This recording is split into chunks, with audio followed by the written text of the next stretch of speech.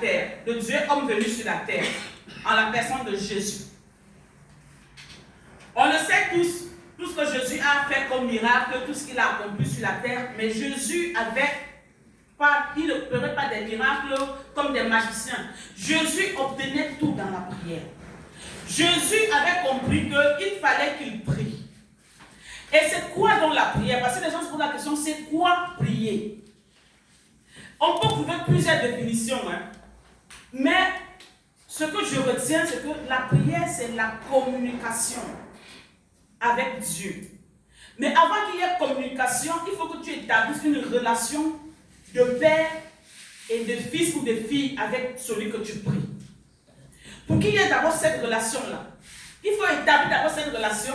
Ensuite, maintenant, tu établis la communication. Parce que tu ne viendras pas prier ou bien parler à quelqu'un avec qui tu n'as aucune relation.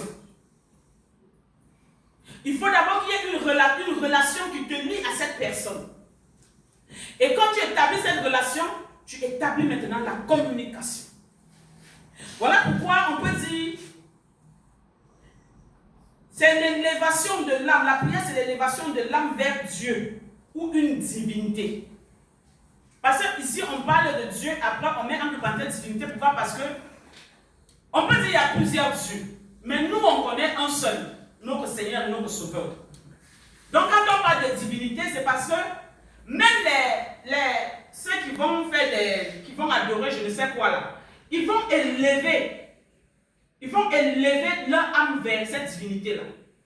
Quand on va peut-être vers les eaux, les gens qui vont souvent dédier les vies aux eaux, ils vont élever leur âme devant cette divinité-là. Ils vont invoquer l'esprit des eaux. Et cet esprit des eaux est une divinité pour eux qu'ils vont invoquer et ils vont élever l'âme. Élever l'âme, c'est venir d'abord d'une manière de prosterner, reconnaître que cette personne, cet esprit est au-dessus de toi et tu viens donc élever ton âme pour bénir la personne. Mais ici, nous, on parle de Dieu Tout-Puissant, notre Seigneur, notre Sauveur notre Seigneur et Sauveur Jésus-Christ de Nazareth. Celui-là même qui nous a réconciliés avec notre Père.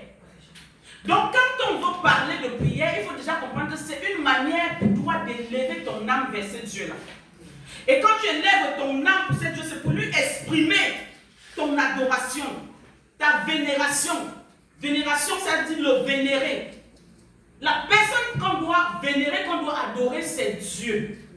Et nous avons pour habitude de langage de dire j'adore ma femme. Non, tu aimes ta femme. Tu ne l'adores pas. On adore juste Dieu. J'adore telle chose. Non. Tu peux aimer telle chose. Tu peux apprécier telle chose. Mais de là adorer, ça devient de l'idolâtrie. Et ça commence et Dieu n'aime pas l'idolâtrie. Donc cette chose commence à prendre la place de Dieu dans ta vie. Ce n'est pas bon. Pour d'autres, c'est une communication entre le croyant et Dieu. C'est une expression de la foi. Quand je parle comme ça, pour qu'on comprenne c'est quoi la prière. N'est-ce pas? Parce qu'il y a des gens qui m'ont déjà dit, je ne sais pas, moi les gens m'écoutent souvent même sur TikTok, quand je mets mes vidéos, je ne sais pas prier. Je ne sais pas c'est quoi prier. Ce n'est rien d'autre. Ne pensez pas qu'il y a une super prière. La prière, c'est l'expression de ton cœur. Il faut tout simplement que tu exprimes l'expression de ton cœur avec foi en Dieu. Parce qu'il ne faut pas prier et puis la foi est ailleurs et puis ce que tu sors de ta bouche ne concorde pas avec ta foi. Il faudrait que tu exprimes ta pensée ou bien ton ressenti à Dieu par la foi. Et puis quand je parle de ressenti, ce n'est pas venu déverser ta colère. Et même si tu veux le faire, il a dit de venir à lui si tu es chargé, fatigué. Déverse ça au pied de sa croix. Tu déverses. S'il y a un endroit où tu dois te déverser au pied de la croix de Jésus. Mais quand tu veux exprimer une adoration, une louange, tu l'élèves à Dieu. Ça dit là, ton âme monte. Comme David pouvait le dire, mon âme bénit le Seigneur. C'est une prière qu'il éleva à Dieu. Amen. Comme je disais, c'est d'abord établir une relation avec son Père, c'est-à-dire Dieu. On ne prie pas ce qu'on ne connaît pas. On ne prie pas quelqu'un qu'on ne connaît pas. On n'adore pas ce qu'on ne connaît pas. Donc, pour arriver au niveau où tu adores Dieu, c'est parce qu'il y a au préalable une relation qui a été établie. Donc, tu ne pourras pas adorer ce que tu ignores. Comme Paul a dit, Vous adorez les dieux que vous ne connaissez pas. Moi, je vous parle de celui que je connais. Donc, nous devons d'abord connaître qui est notre Dieu. Et le connaître, établir la relation. Et c'est pendant que tu pries qu'il se révèle à toi. Ce n'est pas que tu arrives et puis tu dis, je le connais. Établir la relation, c'est d'abord accepter Jésus-Christ comme Seigneur et Sauveur. C'est lui qui va te conduire au Père. Et quand il te conduit maintenant, cette relation est établie. Dieu t'accepte par adoption, par son Fils, par le sang de son Fils. Il t'accepte. Et maintenant, au travers de Jésus, tu apprends à prier. Et le Saint-Esprit est là pour te conduire dans la prière. Parce que la Bible nous dit, plus loin devant, que nous ne savons même pas souvent quoi demander dans la prière.